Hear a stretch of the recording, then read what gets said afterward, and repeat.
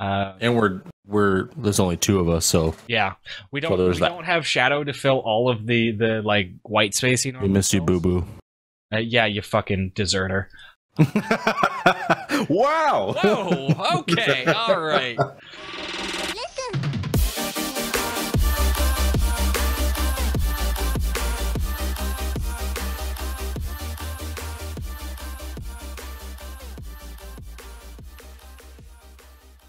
So my name is Pims. I'm a sponsored streamer with TRUgaming. I run the TRUtalk podcast. I also manage the upcoming TRUtech podcast, which is where all of the tech and hardware related topics that we would normally talk about on TRUtalk are going. That is going to be its own 1 hour podcast hosted by Whiteshadow001 and Shady Pyro starting in a couple of weeks. We're still getting all of the back end logistics and accounts and everything set up for it.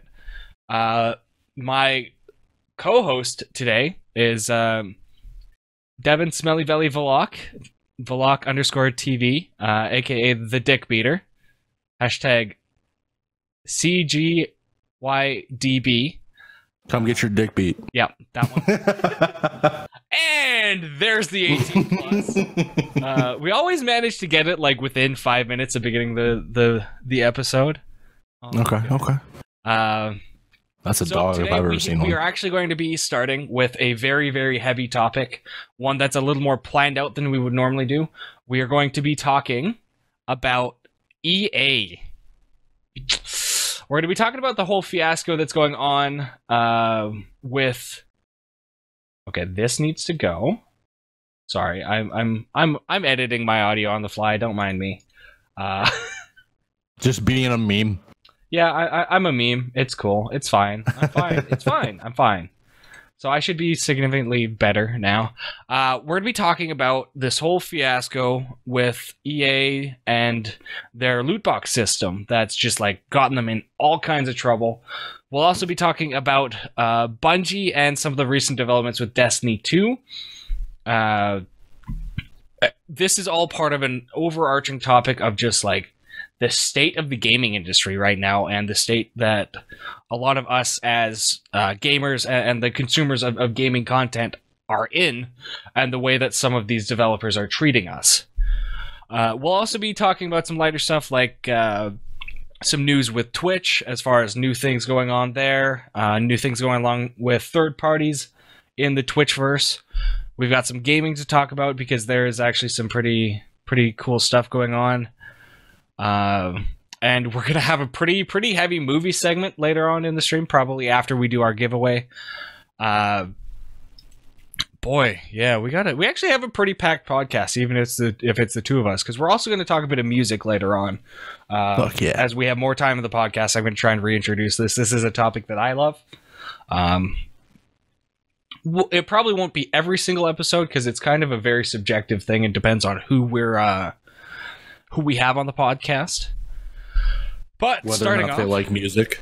Yeah, and what kind of music they like. That's been the big thing, is like just only reggae. Only honestly, it wouldn't have surprised me with Super Meme. Like he's probably Super Meme probably listens to straight up the reggaeest of reggae. Probably. That dude's a meme. Anyway, Velokk. So, how are you, my dude? How are you? Dude, I'm swell, man. I'm back from work. I got beer. It's pretty cold. And, just living the life. Yeah. Dank memes and wet dreams. You're going to hear a lot of like lines from him, and those are actual like stream memes for him. What kind There's of a YouTube video if you want to check it out. Yeah, if anybody wants to find that YouTube video and link it, that would be awesome. Self-plug AF. No, that's what this podcast is all about. It's getting you guys up and out to kind of a broader audience. So, what games have you been playing? A lot of Rust lately. Like the past 2 weeks, I think I've been only playing Rust. I've also been playing a decent amount of Wolfenstein 2. Yep. PUBG every once in a while. I've unfortunately gotten slightly back into Counter-Strike Global Offensive, and that is not the best idea for me. If any of you watch my streams, you know that I can get a little ragey. It's really salty even when he's drunk. So CS:GO is just the worst thing for my body, guys. You don't understand. But we're not going to get into that. That could be a whole podcast. Okay. Yeah. Oh man, Counter-Strike's like, it's such a huge thing to talk about. Especially because it's 5 years on Counter-Strike Global Offensive now. That game came out. The first initial release was 2012. Like, right. It's been so long. Yeah, and they've made so many changes to it since then. Oh yeah, it's a completely different game. It's wonderful. In its own regards, it's still minus a few additions that they've made, and the community. And community's pretty glove terrible. Boxes. Yeah, glove boxes. Really, Valve. Yeah. There's our developer call out for the stream. Another common thing.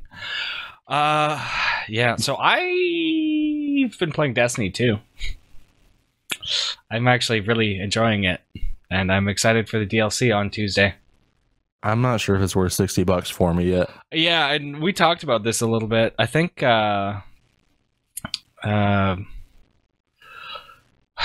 just the other day we talked about it a bit, because it's been on sale. Like, there have been some really good sales. It actually brought the game down below $60 Canadian for me, which was refreshing to pay that little for a AAA title. Right. I think once we get to a game of the year standpoint, a lot more people will be buying into it. And just generally, excuse me, getting into the game at a point where there's more content. We can talk about that a lot more later. I finally finished A Hat in Time. Amazing game. Yeah. So it's an indie 3D platformer. It's been one of the biggest ones in recent years, and I definitely recommend checking it out. Like, that game was a lot of fun. It's got a really unique art style. The play, just like playing the game, is amazing in its own regards. Okay. Yeah, I'll have to look into that then. And then, of course, with the Switch, I was playing Super Mario Odyssey while I traveled.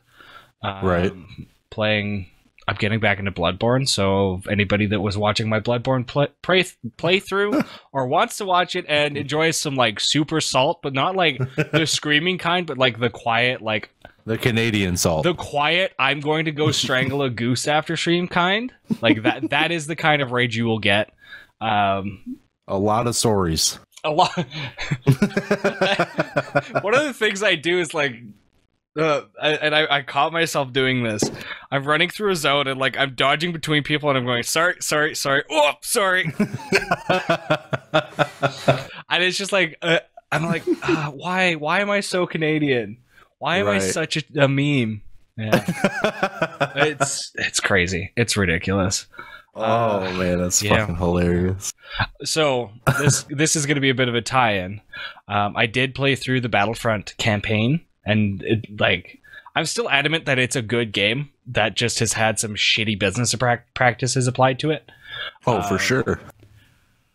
And so we're going to use this as a transition, because I really think if not for the loot box and the very much pay to win aspect of it, like the fact that you can go buy a bunch of credits, buy a bunch of loot boxes, and you will get like legendary items. You'll get these like high tier items that make you more, like, you make yourself tougher, you make yourself harder to see. Like the scouts, like the snipers have an ability that makes you invisible on radar, and like when you look at somebody, they can look right at you unless they see like the glint off your rifle, or like your full body, you don't show up as a name. Like, you can get stuff like that out of these boxes at the highest tier, and that very much breaks the game for a lot of people. It makes it a lot harder to just like do the natural grind. Right. For sure. It's unmotivating. It's very unmotivating. Yeah. That's why I haven't bought in the game yet. Yeah. Because I'm a huge Star Wars fan, but like with that, nope. Yeah. Just not, I can't do it yet, for sure. Yeah. So there's this whole thing. So the big blow up has been over this pay to win aspect of the game. Right. And EA handled it horribly, to the point that Disney got involved twice. So their initial response was after Disney kind of went, hey, like behind the scenes, they were like, hey guys, you can't do this. Right. And they went, we're going to take them out of the game, at least part-time. And then, sorry, I have a visitor who's very demanding this weekend. So she's come to say hi. She's probably going to curl up under the desk. It's really frustrating. They've handled it really poorly. And there's a lot of discussions that I think are really, really important and really good to have that have come out of this. You good? You good? Yeah, I'm good, dude. Okay. One of the biggest things is like, so from our standpoint, kind of how did we get here where games just think it's okay to have this pay to win aspect? And this is one where I'm not really sure, because EA is the biggest offender, or biggest offender. It sounded like I said biggest defender. I meant offender. I mean, they are the biggest defender of pay to win. Yeah. For sure. Like, so hands down. They're the biggest kind of rule breaker in recent years when it comes to this stuff, because of like this game specifically. It's been horrible, and it's to the point that like national governments are now looking at games and looking at loot boxes, and I want to say Denmark or Sweden have now ruled that loot boxes in gaming are gambling, and that it does affect kind of the kids. Oh, for sure. For sure it does. Yeah. So one of my questions is like, do you think that's going to change if ratings start to reflect loot boxes as gambling? Because we already have like simulated gambling as a rating with the ESRB. And do you think if that was reflected in the presence of loot boxes, that would change developers' minds as far as putting this in? Not really so much, to be honest, because like there's been a huge battle over like the past like forever since there's been ratings. And like I feel like nobody really pays too much attention. Like they're gonna look and see if there's nudity. If there's not nudity, then most parents are just gonna buy for their kids. Like they see like for a fact every kid owns Call of Duty, and every Call of Duty is pretty much rated mature. So parents really don't care. You know what I mean? Like it's just it's something that like kids are gonna get rated mature video games hands down. Yeah. There's no way around it. Like some parents are gonna control it, but very few. Yeah. I think that's a good way to look at it too. The optimist in me is like, yeah, it'll make a difference as far as like, even just like what's in the loot boxes. But that one could go either way. They could go, well, since it's gambling anyway, we'll just make it so you can only get certain items in these boxes, and people are gonna like, yeah. But the optimist in me wants more of it to go the way of Blizzard games, where you get a skin, you get a spray, you get some in-game currency to buy skins, sprays, emotes, like very simple stuff like that. Mm-hmm. Instead of like this buying, like you get skills and character traits and stuff in the EA boxes, and that ticks me off. Right, like there's like crazy perks for weapons in Battlefront 2. Like it just like game breaking things that like if you have money, you're basically walking around just like destroying people. Yep. Yeah. Like hands down. Like there's no like you're basically the Terminator and everybody else just picked up a gun for the first time. Like that's pretty much what it's like. Yeah. Other games that are like this, FIFA has some issues with it. Wow, I actually did not hear about that. That's ridiculous to me. Points are just like they're a weird way to do it, but yeah. And then Rainbow Six, their DLC characters are expensive with in-game currency. For sure, and they always make them the best, obviously. So until like they get cycled out. A different kind of perspective, because they're DLC characters. You can just grind, and for people who play the game hardcore and like they're playing it hours a day, every day of the week, the 25,000 in-game points that they're worth isn't a huge amount of money, especially when they're a seasonal character. You know, there's 2 characters It's 2 or 4 every 3 months. Okay. So from that perspective, like the hardcore players are benefiting from that, but people like me that have like a total of 8 hours in the game since it came out, like I've bought a couple of DLCs so that I have the options to or the option to use some of these, but at the same time it's like there's core characters in the game that I can't play because I haven't unlocked them yet. Yeah, I think I've only ever bought one set of characters in that game, and it was the Navy SEALs, and I was just like, I need 2 because America. I bought the Canadian ones. Yeah, exactly. That's where they get you. Like that is that's the catch. Yeah. But the thing is now is like they've changed the meta, so like the like Blackbeard, my favorite character in the game, isn't that good anymore. You know what I mean? So like it's the best people to play as are the newest ones. Yeah. So it's interesting though, because I think there are things we can do to kind of shy away from stuff like this, or just, I'm not going to say that these measures are going to prevent stuff, because like it's essentially boycotting. Like, and I've had this discussion with a lot of people, and this position actually applies to just gaming in general, and it's to stop pre-ordering games. Oh, for sure. Because a lot of people pre-ordered Battlefront 2 and like showed interest, and EA probably at some point went, "Oh, people are going to buy this? They're fine with it then." Like that's I imagine that's some of the mentality that went into it. So what are your thoughts on that as far as like not pre-ordering games like this and just pre-ordering in general? Because pre-ordering used to be, sorry, I'm gonna ask a question, so hold on to it, and then I'm gonna just put a little explanation as to part of where this comes from. Because pre-ordering used to be like it's an artifact of the physical media of gaming back on like Xbox 360 before everything was available digitally for games. You would pre-order a game to make sure you could have it on game day, whereas now I can go on PSN, on the Switch I can go into the Nintendo eShop, I can go onto Steam, I can buy games day of, same price, they're instantly available as soon as I'm done downloading them. I can play them. So what are your thoughts on like pre-ordering versus not, as far as using it as an indicator of whether or not a company should go with the game? Do you think it's kind of more like it's the same position as the ESRB stuff where people are going to do it anyway, or are you thinking it might be a good idea?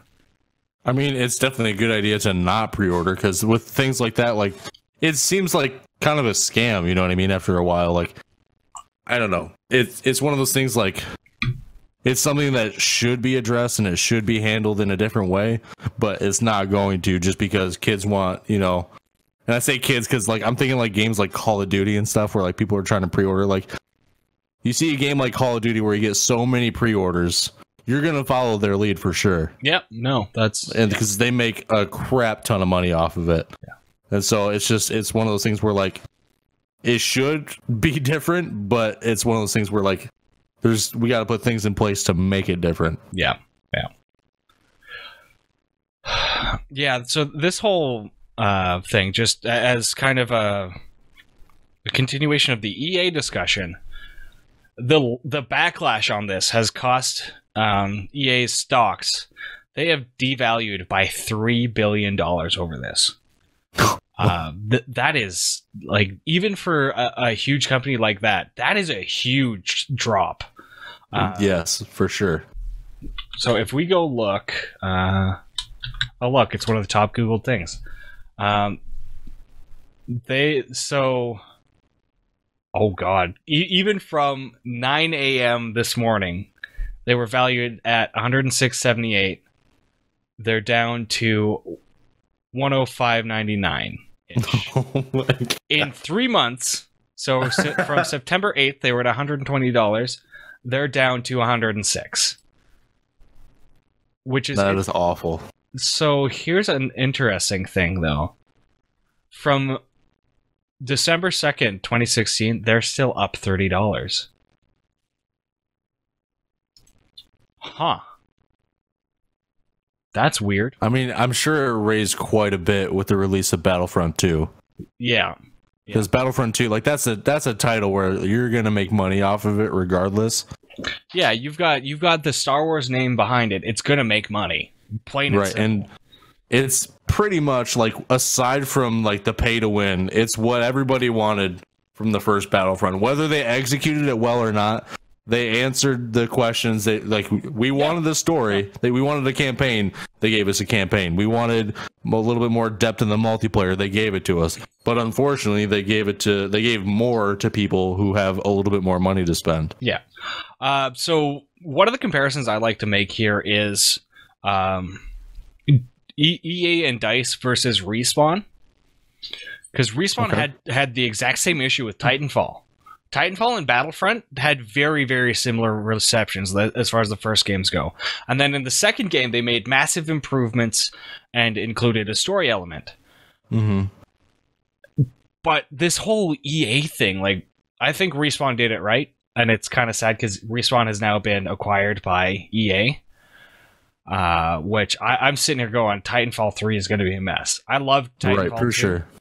But Titanfall 3 is going to be an issue. Because Titanfall 2... they have DLC, but it's cosmetics. Like they don't have anything. Like, if you want something, you have to unlock it. Right. And it takes time. It takes skill. But EA has gone the completely other way and just two fingers up the wrong hole. It's They're not. They haven't handled it well either. It's a huge circular conversation that just goes back and forth over and over again. And so one of the other things, and this is going to very much be a transition because there's only so long I can bitch about EA for.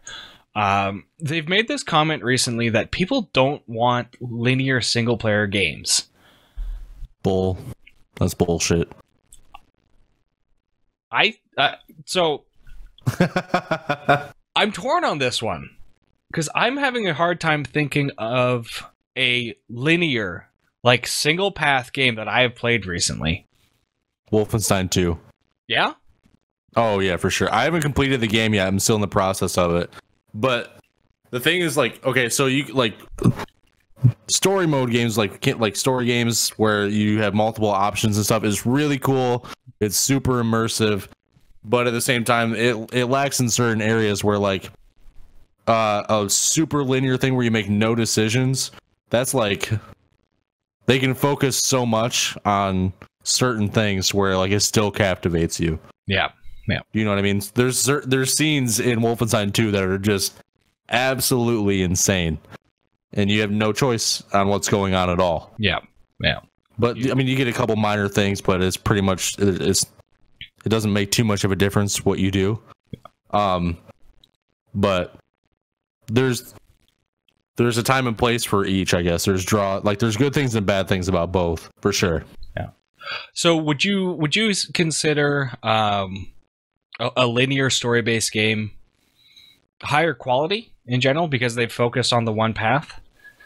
It depends on what you're looking for. Like, if you want to, like, linear is more like playing playing a movie, I guess, in my opinion, where, like, the scenes can be longer. You know what I mean? Because you're just like, you're there to sit back and kind of watch everything, and, like, the scenes can captivate you a little bit more. Yep. Because they can put more detail into everything, as opposed to, well, what if they do this? Okay, well, we got to put a little bit of effort into this other scene instead of putting all of our focus and all of our energy into this one specific scene. Yeah. So that's my opinion on it.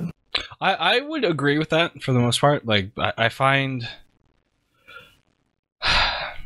there are some companies that are very, very good at doing the decision-based, multiple paths kind of style of game, but, like, sitting down and playing out through a game that, like, someone has taken their time and they've given it that cinematic, that movie feel, has this whole other vibe to it. Like, yeah, okay, playing a game where your decisions matter, you get invested because your decisions affect the characters in the game, and it's a good way to get you attached. But I find the attachment in the single thread stories comes from spending a lot of time with characters. Right, for sure.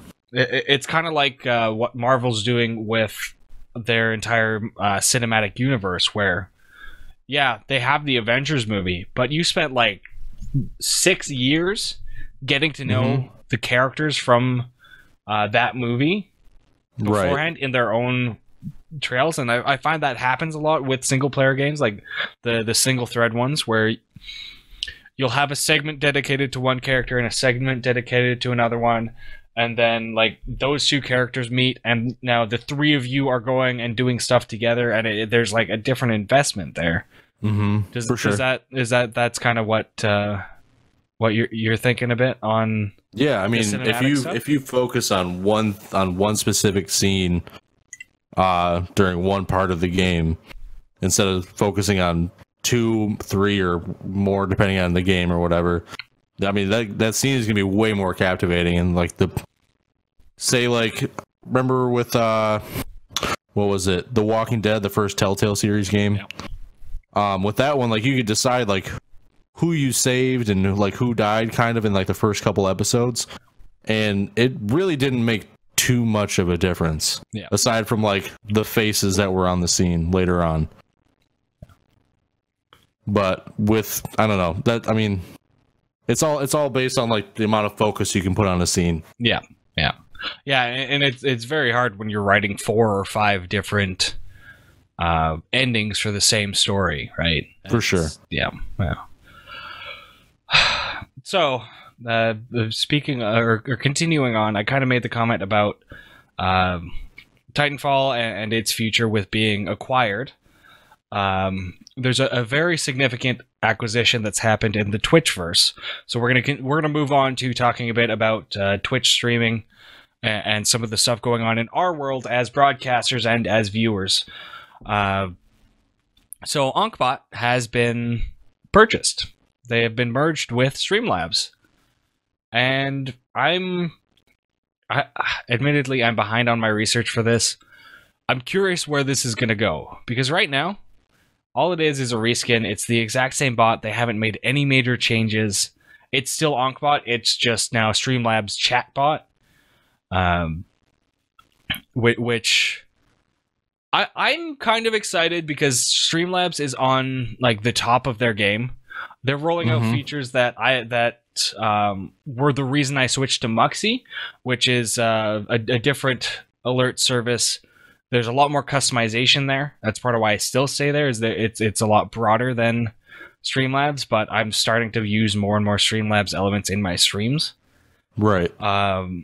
So this Ankhbot merger, I'm kind of excited for, because of the way Streamlabs is playing.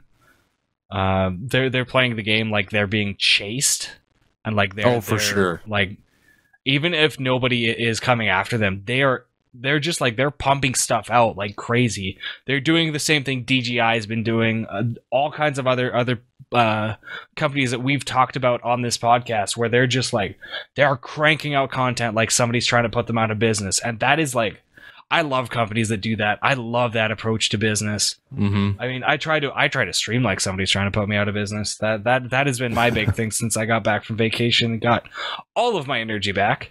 Right. That's so. What are your kind of your opinions on that? Do you think it's a good thing? Do you think it's a bad thing? Does it affect you? Are you on Ankhbot yet?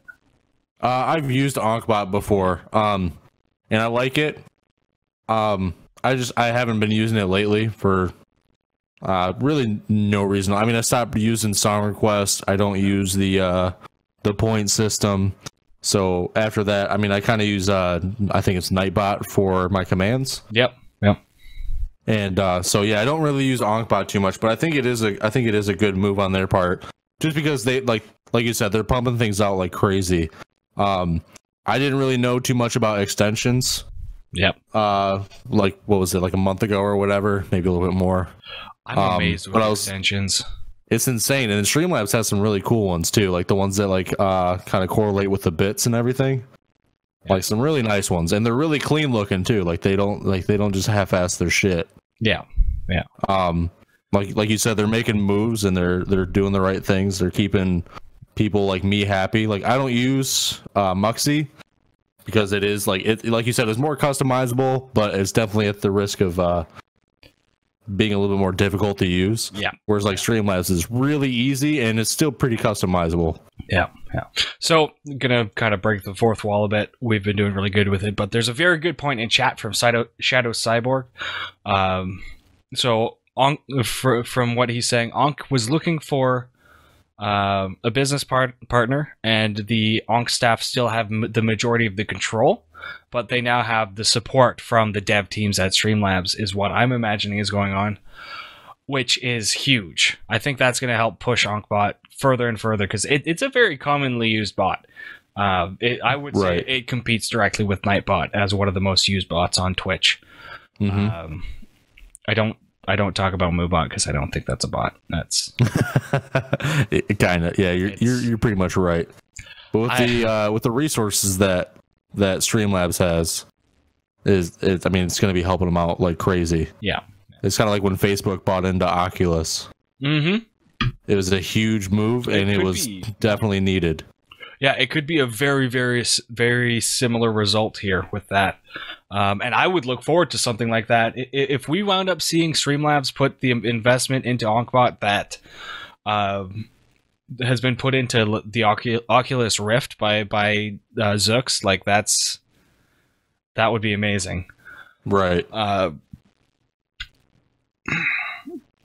So on the topic of innovation and kind of giving, Twitch has rolled out a few more. Sorry, I'm burpy all of a sudden. Probably has nothing to do with the Coke. Probably not. Coca-Cola, not cocaine. Just so we're clear. Cocaina. So one of the features that that has been, I almost said that TRUgaming's rolled out, that Twitch has rolled out, is sub gifting. Same thing. So I can now go tell a friend, hey, there's this channel, twitch.tv/TRUgaming. You should go check it out. If you really like it, here's a free subscription. Right. And you can give people subscriptions to specific channels. The one thing I'm trying to figure out, and I haven't gone and looked, so this is all on me. I don't know if you can just gift a generic subscription. Kind of like the Prime subscription where it sits in someone's inventory for however long until they choose to use it, and it's just a free sub. You mean like if they have a time limit on when they can use it?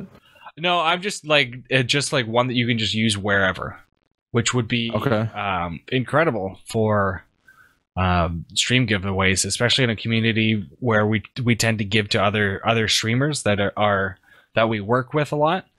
Mm-hmm. I think that would be awesome to do like a giveaway for a subscription to VLOKK_TV. Oh shit! Like that would be really cool to me. I would enjoy something like that. I'm not sure if it's possible yet. I need to look. That'll be something I follow up on next episode. The raid command.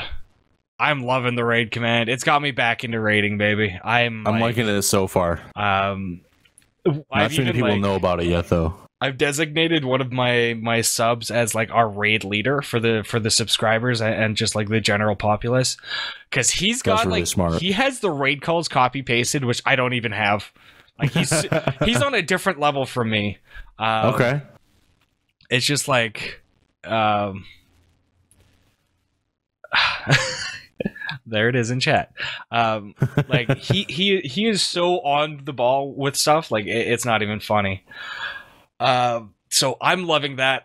I found it is a bit glitchy. The other night, I think I was either raiding. Have I raided you this week?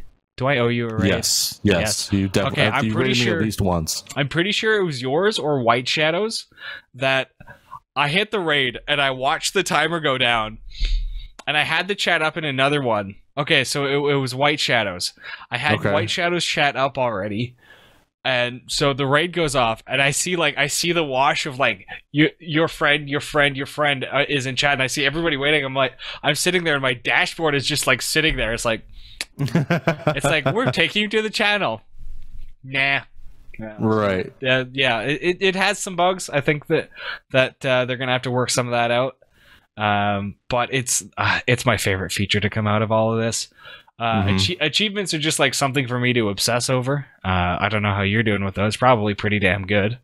Honestly, with achievements, it's something that like it's cool. I'm really excited to get into it. I haven't really paid too much attention. It's one of those things where like I want to get partnered for sure, hands down. Like there's like, of course, who doesn't want to be a partner streamer on Twitch? Yeah. But like I don't want to put so much effort into looking at every single little number. Because I'm not like a crunch the numbers kind of guy. Like I'd rather focus and put all my energy into making my stream entertaining. But that's a whole other thing. That's an entirely other discussion, which I'm open to having if we have time like that. If you if you want to hold that one for later, if we get through the other topics in a lot of the time, which we might not, I would love to talk about that. Cool. And like we talk a lot about just like stream stuff in general behind the scenes. Like that's so let's I'm just gonna do, since Greencord was unable to record the video this week, we're gonna do a quick community update for you guys, just bring you up to speed on everything going on in TRUgaming. And then we're gonna take a short break and we'll chat with you guys a bit.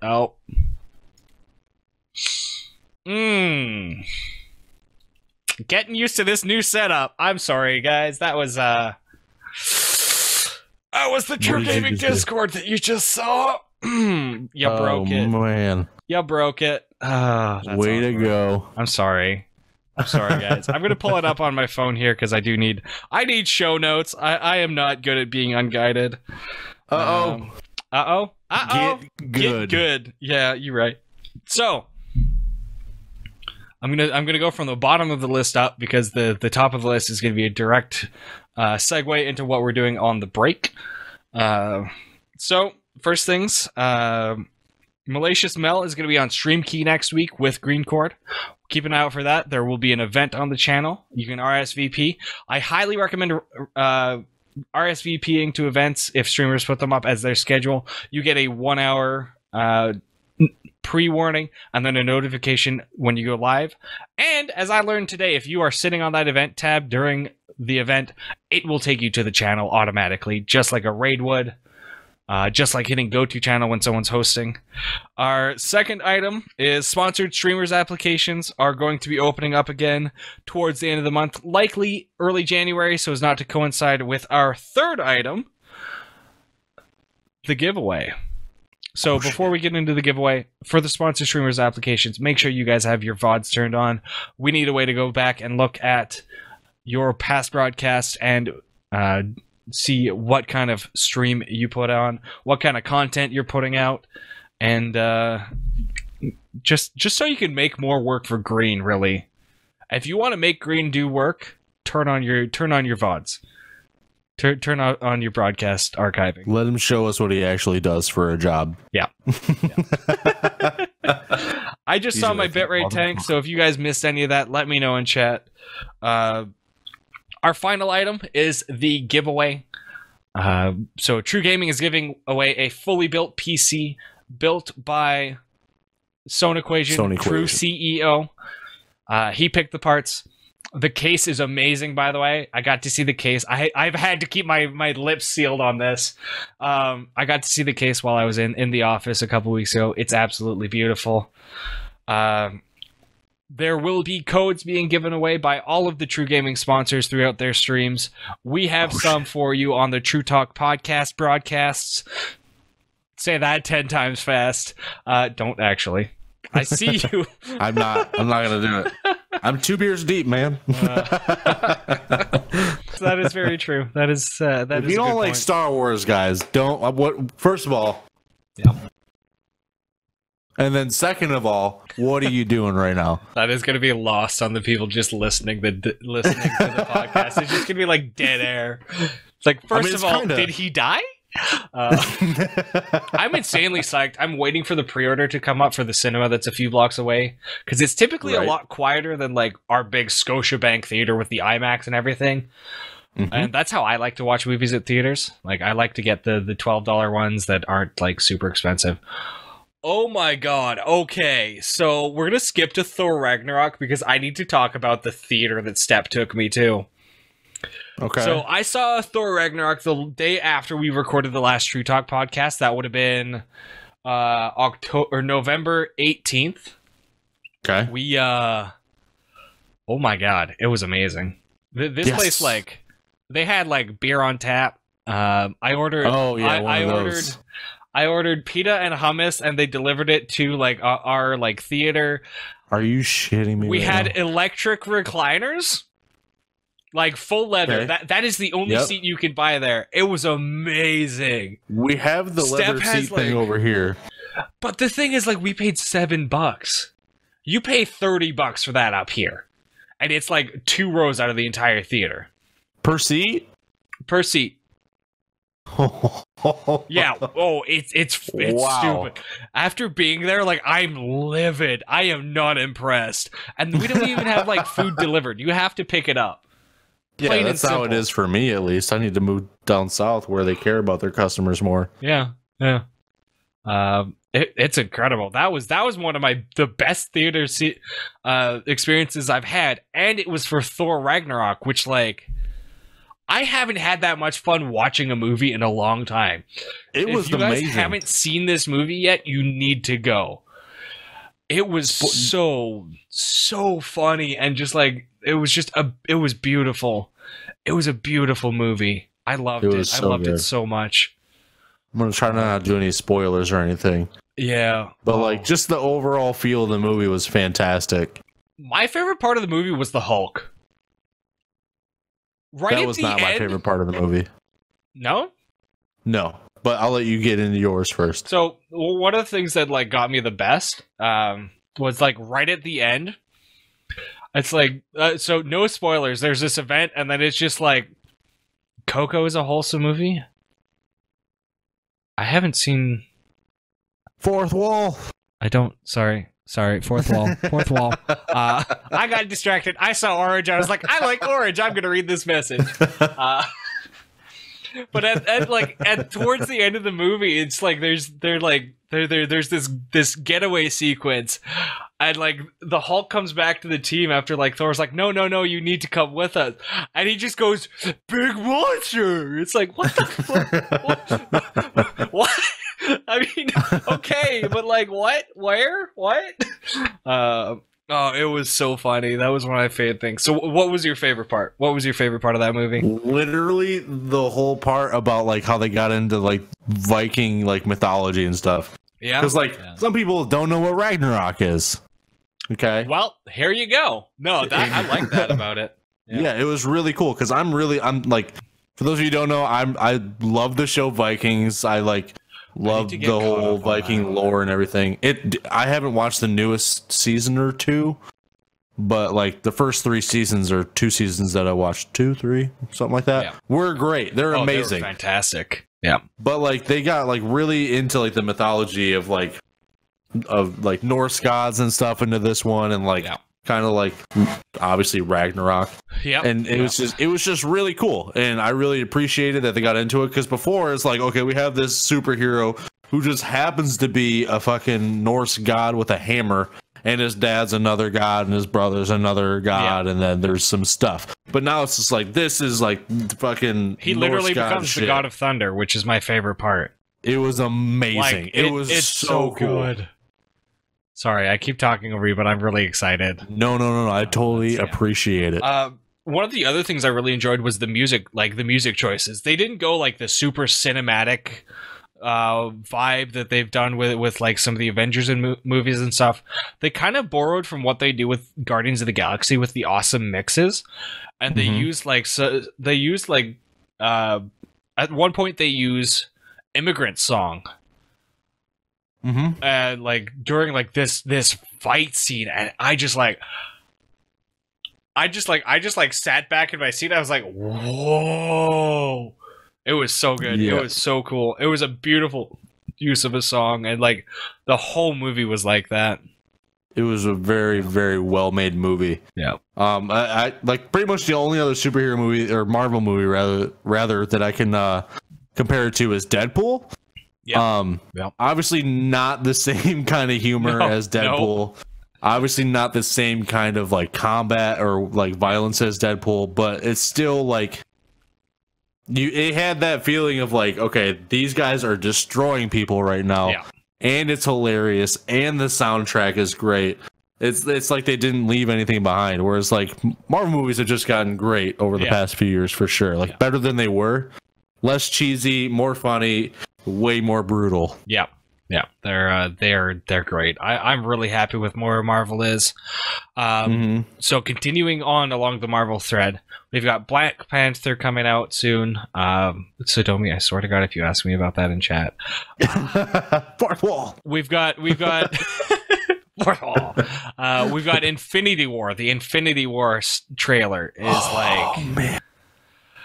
I love the trailer, but okay, so I brought this up with people and I got trolled because that's just TRUfam. It could also be called TROLLFAM.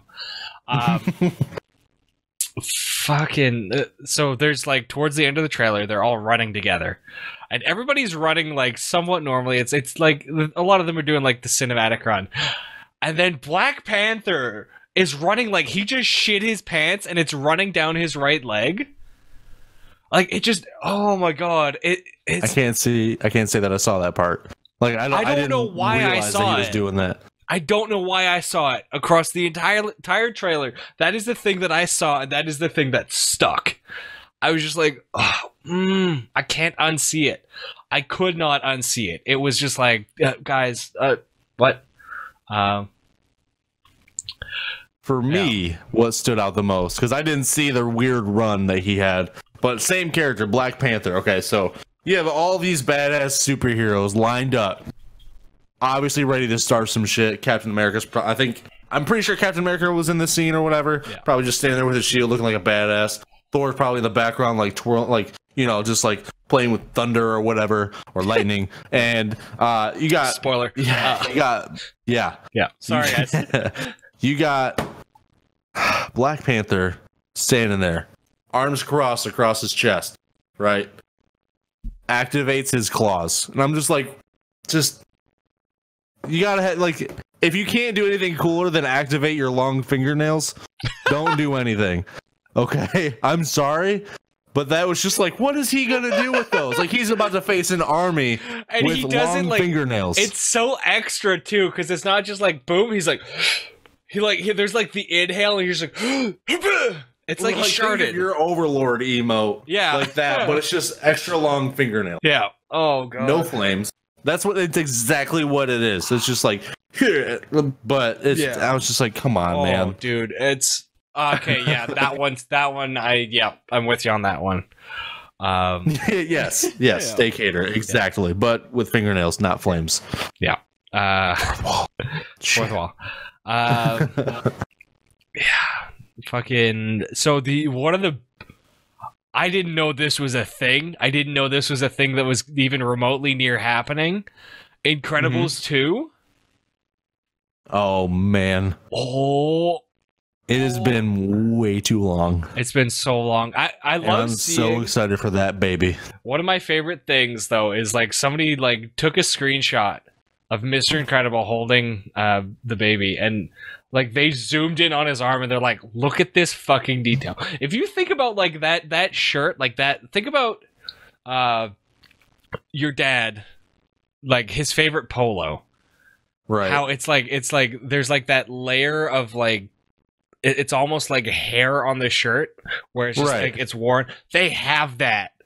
No. Like in the game, in the trailer. It's just like, what? Wow. So once again, we see freaking CG taking this huge leap in detail. That's Pixar, right? Yeah. They've always done super well. Yeah. Oh, dude, it was just like that. That was awesome. That was incredible to see. And on top of all of this, there's Disney just like raking in like mad cash. Right. So they're making their own streaming service for one. That's kind of been around since early August that people have been aware of it. And like, it hasn't even launched and it's doing fantastic. It's weird. So one of the interesting things that I'm not sure on is like what they're doing with stuff they've already released to Netflix.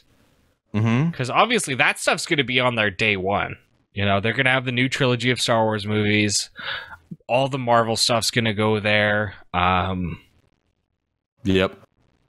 All kinds of stuff. Like, they're just... Yeah, Disney's doing some cool things. They're just doing really the Disney thing. Like... And honestly, it like... unless it's like $20 a month, I'll probably get it. Yeah, so if it's like $7 or $8, I'll probably get it, and I'll probably stop with Netflix. Because I don't really have time for one thing. I don't know if I can get rid of Netflix. Yeah, I love it. Yeah, it's tough because like I was like, oh, I don't need Netflix. I've got Crunchyroll. Right. Sorry, yeah, she's doggo. I gotta pay attention to her. I am dogs. Right. Yeah, so that's like Disney's been doing some awesome stuff. I mean, obviously with all the Star Wars money coming in, like it's great. It's wonderful. Okay. Yeah, for sure. I think we've talked about Star Wars on every single episode of this podcast, is what I figured out. We haven't missed a beat talking about it. Like we've been we've done speculation on characters. We've talked about stuff in the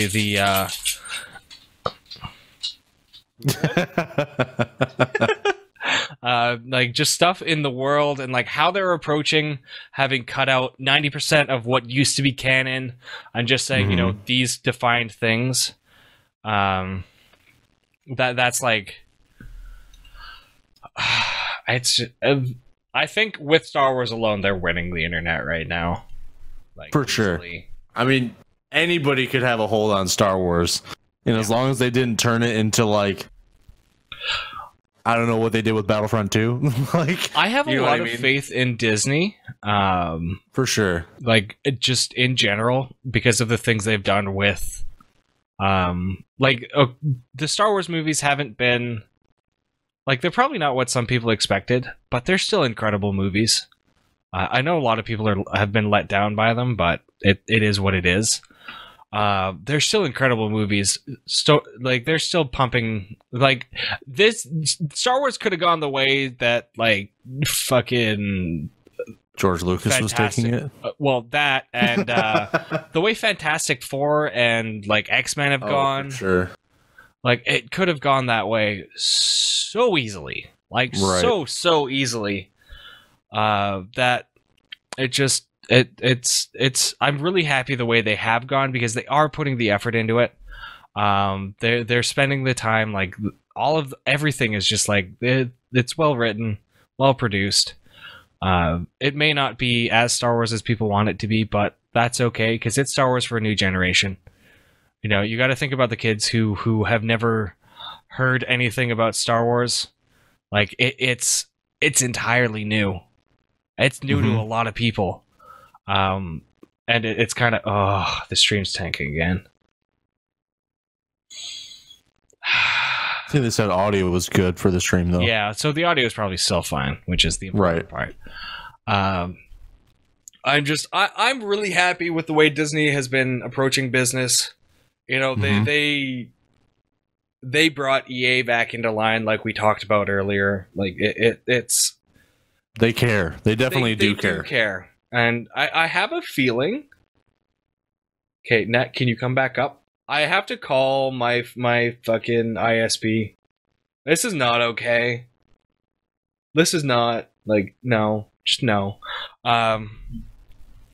Anyway, so the the way they've handled EA is good. Like they have told EA like this isn't okay. You can't do this. And I kind of feel like Disney might. I know I said we weren't going to talk about EA too much more, but I mean they were rated the worst company in America a few years back for a reason. Yeah. So so I could see EA losing Star Wars. I would love to see EA go, or no, not EA. Star Wars go to a smaller developer, smaller publisher. Mm-hmm. Like, I think now is the time that we need a changing of guards with publishers, with some of the bigger ones. For sure. And so part of why I say that is just like this the way indie games are going, right? 5 years ago, fucking whatever, it's an indie game and nobody's gonna care. See, I think DICE. Sorry, I'm gonna fourth wall again. I think DICE without EA would have done a fantastic job. Right. But since EA has their fingers in the back, the wrong hole, you know, they're kind of puppeteering a bit. I really liked what DICE did with Medal of Honor. I enjoyed the campaign. Great. Like the Medal of Honor campaigns were great. Yeah. I don't care what anybody says. To me, those were fantastic. Yeah. I'm sad that Medal of Honor fell off. There's speculation to it coming back. Please, we need Medal of Honor to come back and at least compete with COD. Like, it has to.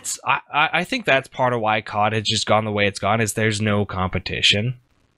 The only literally the worst thing that Call of Duty has out right now is publicity. Yeah. Like it has destroyed like Call of Duty for people. I haven't purchased a Call of Duty since Advanced Warfighter, which that was the worst purchase I've ever made. But we're not going to get into all that nonsense unless you want to.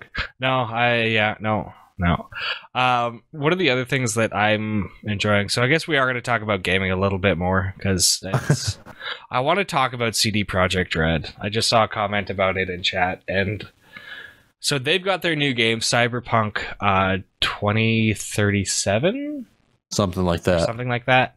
I forget the exact numbers. It's like, it's supposed to be like...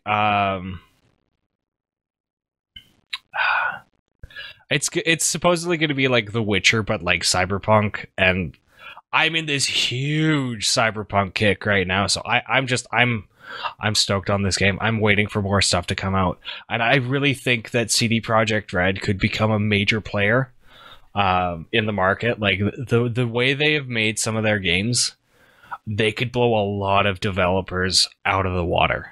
Like, they've made serious improvements. Like, if you look at The Witcher 1 versus The Witcher 3, it is not the same at all. No. It's like I have my money on, like, I probably should go invest in CD Projekt Red. That's how I feel right now. They're one of the few companies that didn't do an exclusive video game, which is awesome. Like, they were offered a lot of money, and they were just like, no, we're just going to release on every system, on every platform. Take their time. Like, we've known about Cyberpunk for, I think, 3 years now. We've known about it for at least as long as I've been on Twitch. Like, it's been a long time. They take their time. They give us proper quality content. Right. Like, that is above and beyond anything we ever get from most developers. Right. And their DLC was all free too. Yeah. Except for wait. No, I thought there was an expansion pack for. I think there was one. See, they did proper expansions though. They didn't just do like little tidbit DLCs. Right. There wasn't. Those expansions were longer than most of video game stories. Yeah. Yeah. So they did that. I'm okay with. I'm okay with paying for an expansion. If you're giving me an additional 20 to 40 hours of gameplay like they did, I have 120 hours in the game. I've had one playthrough. That's insane. Yeah, that is the amount of content in that game. I didn't even 100% it. Like that is why my money I would put my money on CD Projekt Red becoming an even bigger player globally. But at the same time, they may just decide to keep doing what they're doing, and that is perfectly fine with me.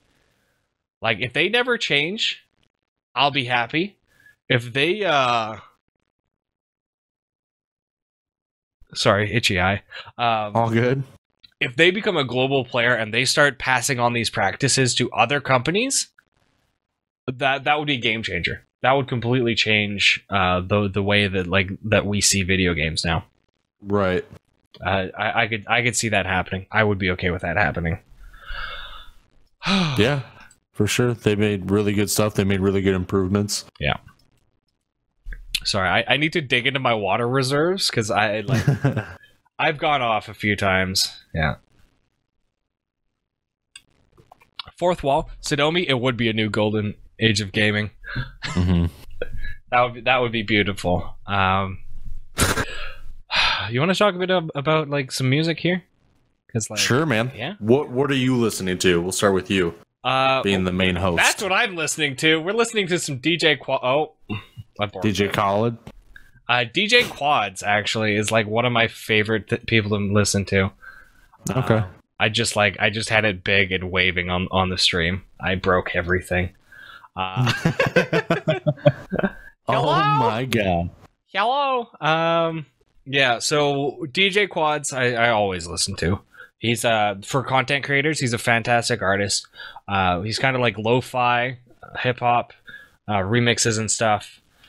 We the only thing he asks is like you put his name in the description or give him some kind of credit. Otherwise his content is all free for you guys to use. It's insanely chill. It makes me feel good. But on top of that, today was release radar day for Spotify. So I've got there's new G-Eazy with Halsey. I don't think I showed you we talked about G-Eazy when we were road tripping while I haven't heard his new stuff at all, but I am very familiar with G-Eazy. Yeah. So he's got a new track out with Halsey. That's like a power duo for me because I love Halsey and I love G-Eazy. So the track is him and I, and it's very much like a romantic track. It's kind of cool to see. Okay. Of Mice and Men, do you listen to them at all? Or I can't say that I have. Can't say that you have.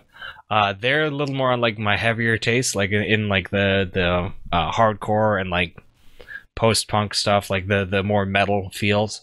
They've got some new singles that have been coming out lately that have been like primo. I'm really happy with them. I'm actually just going through my list right now.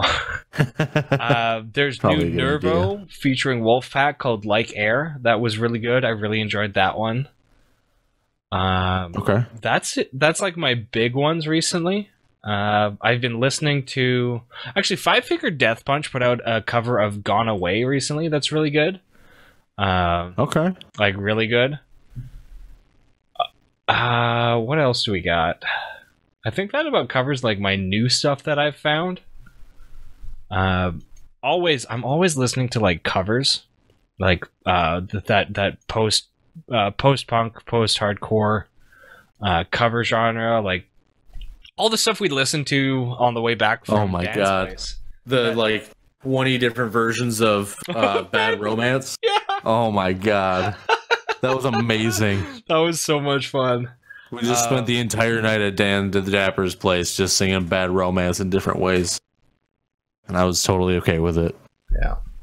Yeah, that was funny because like we were sitting in the back of the car and like I think it was you or Sam, someone, and all three of us were like, I don't want to be friends. Dan's just like, what the fuck are you doing? Yeah. Oh man, yeah, that was great. That was good. So this is part of why I wanted to talk music with Vellies. We had like when I was down in Michigan hanging out with him, the whole drive up to Dan's, we did karaoke, and just like we sang so many songs, it's not even funny. And we have a lot of very similar tastes in music. So what kind of stuff have you been listening to lately? What's your big crutch right now? I don't listen to too much new music, to be honest, just because a lot of new music kind of infuriates me. Every once in a while I'll find a good song that I really, really do enjoy. Yeah. But I don't know. I try to pay attention to what Logic is doing because I do like hip hop and stuff like that, like old school hip hop. I'm all about it. Yeah. Like I love it very, very much. Have you listened to any more Sunreal since I showed you him? I'm sorry? Have you listened to any more like Sunreal since I showed him? No, I've only listened to the one song. Yeah. Okay. But I do like that song. Yeah. It's a good I keep forgetting to check them out more. Yeah. I'll leave a link for you. Okay, sweet. But Sublime is always on some sort of continuous loop for me in some way. That's probably my favorite group of all time. Yep. Trying to think. I listen to a lot of like 70s like southern rock. A lot of like blues rock. I really like that. And like Gary Clark Jr. Oh my god. Yeah. I love some good I got into blues over the summer and I'm quite happy with it. It's pretty chill, man. It's good. Like you can just kind of sit back and relax, or you can like get into it and drink heavy. I think I know what Valley Shores is. Well, I'm 2 beers deep. I need my third one. Where's my wife at? Just playing. Oh man. Blues rap is kind of dope. I'm sorry, fourth wall right now. Blues rap. I can't say I've ever heard of that. It sounds really interesting though. Yeah, that's It depends on what you mean by rap though. Yeah. Because like if it's like mumble rap, I will break whatever speaker is playing it. Yeah, can't handle it. I can't get into the mumble rap stuff. It's a disrespect to music. Like little fucking tugboat, little tugboat or whatever his name is. Little boat. Lol boat. Like kind of all those rappers I can't get into, and I've had endless discussions about this with Briggsy, where it's just like we both listen to hip hop and stuff, and just like there's this newer generation that's starting to like get into the mumble rap, and I can't do it. I need words, like for sure. If you guys need a good album to listen to of actual hip hop with words and like an actually like good story, check out Illmatic by Nas. Great album. Yeah. Oh my god. And that should be your standard. If you guys want some classic hip hop from 2017, go check out Sunreal. He just dropped a new album this summer. He's a Canadian rapper. Finger guns. Like, did you really? He's a Canadian rapper out of Vancouver. Very much has that like 90s vibe. Step, yeah, Hobson's awesome. For sure. Am I a Psycho is kind of a fun one. I think that's part of why like I think you'll enjoy Sunreal, by the way. I'm sorry I rant about him a lot. He's like, I draw a lot of motivation from his music. Every morning I have him on in the car. Like that is my drive to work. Okay. But his deal is like he very much tries to stick to that 90s style of rapping and just like being real. As you can probably tell from his name. Yeah.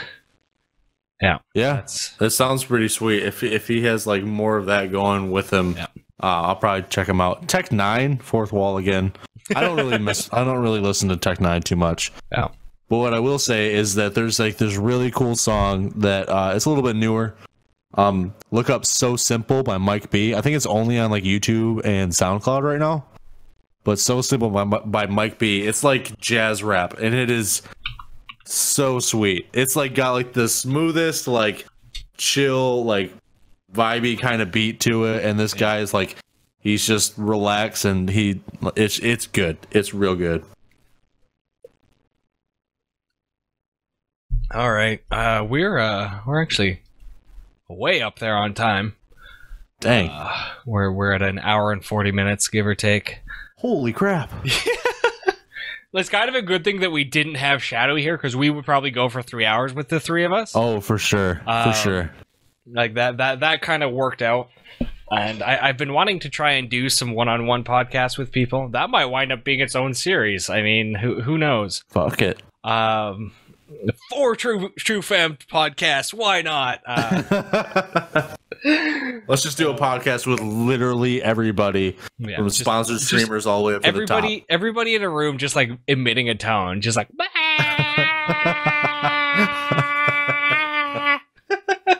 Dude, that would look worse than like the Brady Bunch intro with every camera on the screen. Oh my god! With every camera on the screen, just like the people watching would feel like they're like working a security job because you just have all of these this mosaic of cameras in front of you. That would be hilarious. There would be so much nonsense going on constantly. Yeah. Oh, also we figured out. Okay. Hey, guess what we can do? What's up? Oh shit! Just kidding. It doesn't. I mean, I was game. I was definitely game for it. No, it's actually flipped on the podcast, so we need to go like to the other side. But I have this door on the way, so I can't do it. Ginny's like, "What are you doing? Why are you knocking on the door? Who's here?" Yeah. Oh man. I'm sure I'll have edited the podcast by at that point. And we can do the questions as a separate segment. Oh my god, my bitrate just dropped to 254. What? Oh man. Oh my god, this has got to look terrible for you guys. You're about to be a meme. I'm here. I'm about to be a meme. Son of a bitch. Yeah, it's at like 0 FPS right now. It doesn't look terrible. It's just stopping a lot. Oh my god, that face though. That cringe face you just made. Yeah. Whoa, yeah. Wow. That is just my default cringe face, by the way. I need a picture of that, like dude. Yeah, if you guys want to clip that and send us a screenshot, that'd be great. Please clip that. Oh my god. That could be an emote, just like memed. I'm a meme. My god, that's amazing. Okay, so we're gonna open it up to questions from Twitch chat. While you guys start thinking of some questions, we're going to answer this really interesting question from Sodomi. Ooh, yes. The question is, would you rather work with a company and censor your content, or work completely independently and never censor anything? I know your answer. I would not be able to censor myself. Yeah. If anybody here is familiar with my stream at all, there's things that I don't say, obviously, because I'm a human being that knows that people have feelings, and I myself have morals. Yeah. But there's also things that I will say that you're probably not going to get me to not say. Like, or come get your dick beat. Like, come get your dick beat, or dank memes and wet dreams. I think the first day of a TwitchCon, and like I knew this whole thing was being recorded, but I'm just like I said in my YouTube video, self plug again. Like I said in my YouTube video, I'm a factory for shit that you probably shouldn't say, or something along those lines. But like me and Dan were just there talking, and he's talking about like filling in holes of some sort. I'm like, yeah, I don't have any open holes or something like that. And it's just like I can't just not say things that I shouldn't say. Yeah, freedom, exactly. Yeah. So if you want to not say freedom, I wouldn't do it just because I value my independence.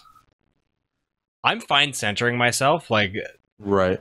If you guys heard me when I was just gaming versus like on stream, on podcast, totally talking different to people, Velokk has heard just my normal speech. It's horrendous.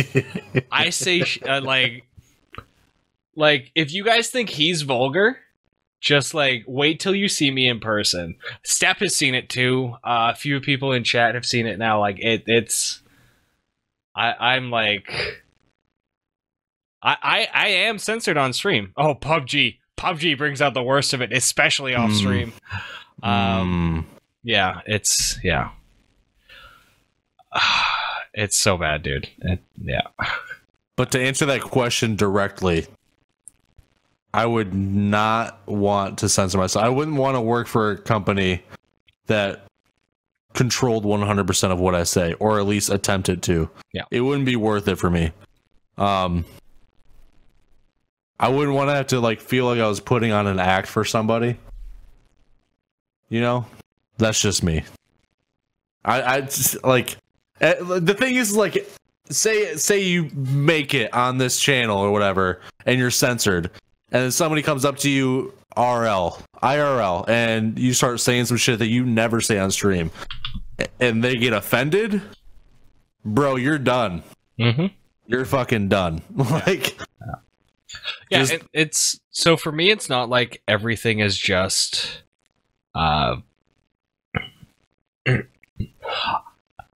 it's just like I dial things back. It's not like I'm saying like really, really like terrible stuff in person.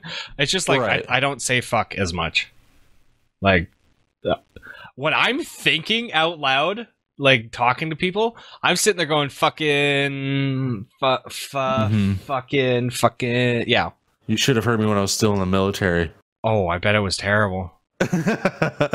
Yeah, I was like making up swear words almost. It was great. Regular swear words were just not enough. Yeah, you two just kind of let it roll step. So his comment there is, to be fair, wife's in the army and I worked in construction for years. Yeah. Yeah, that'll get you. Yeah. Yeah, that's actually, so I really like this question because there is a lot to it. Yeah, for sure. So like I said, like I'm fine censoring myself. That's like I speak differently to you guys than I do to my boss at work, than I do to clients at work, than I do to my parents, than I do to my grandparents, than I do to my aunts, than I do to like Briggsy's parents. Like I gauge it based on the people that I'm talking to. So that perspective for me, whatever. But I value my independence. That's what I love about Twitch, and one of the things I enjoy about TRUgaming is I have this independence to do whatever I want. Case in point, this podcast. Right. Like, there was an opportunity for me to take over. I said, hey, I'll take it. I'll do it with Whiteshadow, and we'll go make a podcast. And here we are. 9 episodes in, couple months in, and we've got a decent following for how long we've been doing it. And we're I think really gonna be 9 trying to fucking episodes in. Yeah. Yeah, we could be like 18 episodes in, but we figured every other week would be easier for us to manage. And it gives us an opportunity to spin up a second podcast for you guys. Oh, shit. So that's about how much time I wanted to spend on this question. Do you guys in chat have more questions for us? Yeah, Sodomi, you're super proper. It's kind of weird. It's really cool, though, because, like, you talk with your hands a lot, so I'm starting to figure out like what your thought motions are. So that's the thing I do is like I watch patterns with people. Like, I know what I've said stuff, and you're sitting there like, what the fuck are you talking about? Like, yeah. When you're talking, like you do stuff with your fingers based on like what point you're at. For sure. He's all about like, yeah, that's what I mean, Sodomi. That's what I mean, like. That and like you got those like how do you think Big Panda and Small Panda would react if they met each other? I think the universe would literally implode in on that point in time and space. That or they would just like do like Dragon Ball Z style fusion and become a panda and just solve all the extinction issues that pandas are having right now.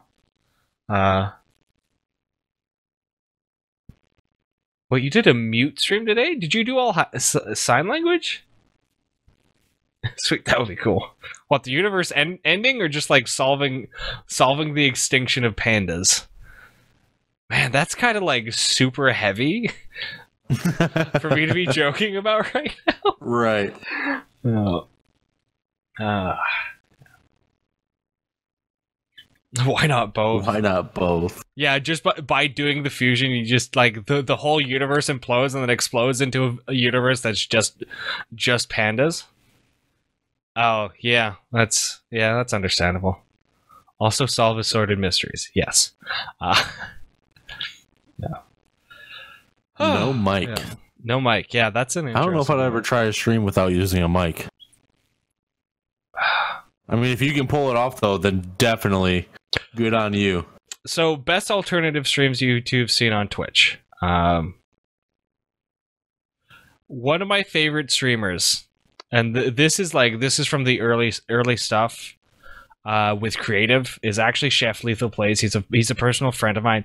He did educational cooking streams. Like he would find like gourmet recipes and teach you how to make it at home in like, it usually took a couple hours, but like that's one of my favorites. As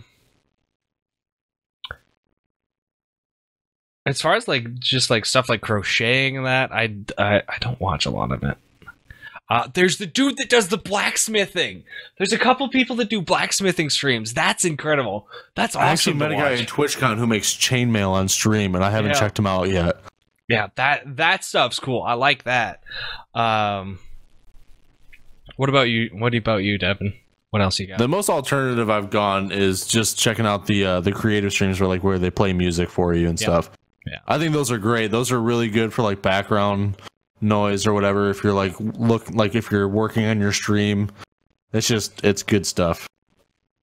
And the whole like community of the creative streamers, they're super chill and they're super like kind for the most part, from what I've seen at least. Yeah. Oh yeah. One of my favorite streams to just chill in is actually the girl who does my emotes. Okay.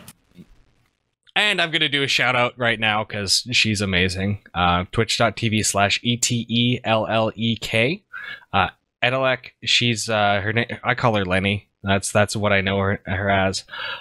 She is just like, she's fantastic to just sit and chill with because she like she's very open and like she's a very, very sweet person. Also Canadian, by the way. And like she does emos for an incredible array of people. Like she does it for like people my size, people who are just starting out. But she's also done like t-shirt designs for Orb and Lyric, and like, so I know her from Wolves at My Door. She's got all these big partnered names that she does stuff for, but she also does stuff for the little guys, and just the variety of stuff she does and like the like loving and kind nature of the stream really stands out to me, which I think is true for a lot of creative streamers. Right. It's awesome. It's great. Yeah. I think that about wraps it up. We've got everybody active chatting who's had a question. Yeah. I don't see any more questions or anything. Do you have any final remarks?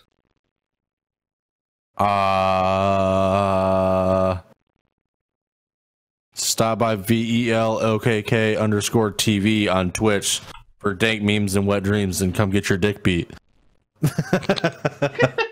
And maybe check out my YouTube channel.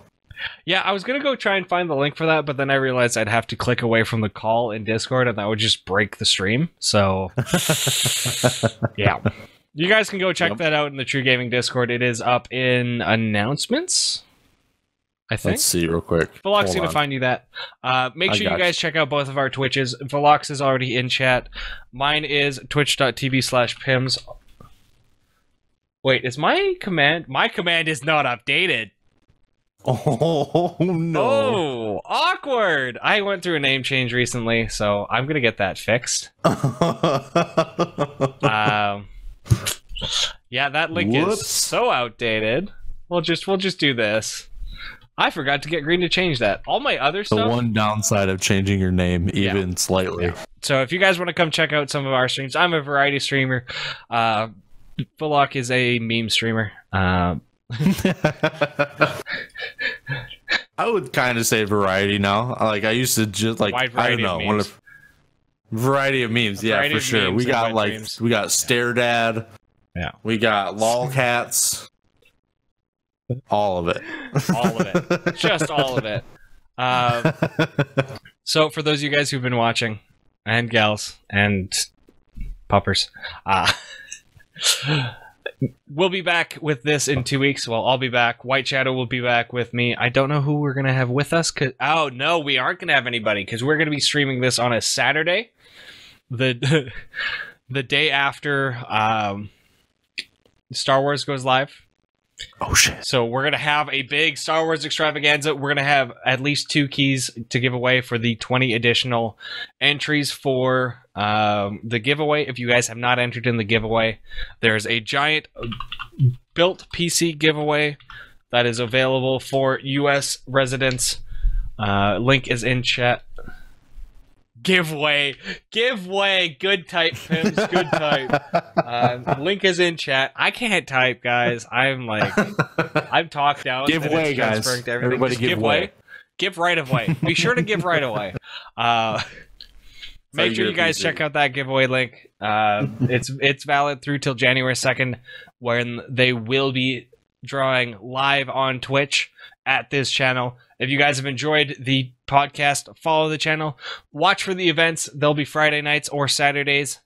For the most part, we've got a new podcast coming to you in the next couple of weeks. Giveaway, yes. Give away protein powder. Oh my God. Give the gift of strength for Christmas. Oh my God. Oh my God. And remember, every kiss begins with way. I can keep going. I'm dying over here. God. Thank you to everybody who's been hanging out. We're going to be signing off for the night. This has been really fun to do. You remember for the new year? What did I say about the new year? Finger guns, finger guns, finger guns, finger guns. Finger guns AF. Finger guns, eh? Don't ya know? Don't ya know? All right, we will be catching you guys a little bit later. Be sure to tune into Doc's stream Monday through Friday, 8 a.m. to 4 p.m. Eastern time. Get strong for the new year. Yes, get strong for the new year. Don't make it a New Year's resolution. They never work. I mean, I have one every year to like stop being bad and look at me. Everybody have a fantastic night. We'll you want up? Yeah, he's like the worst dog whisperer ever, dude. Oh shit. You okay?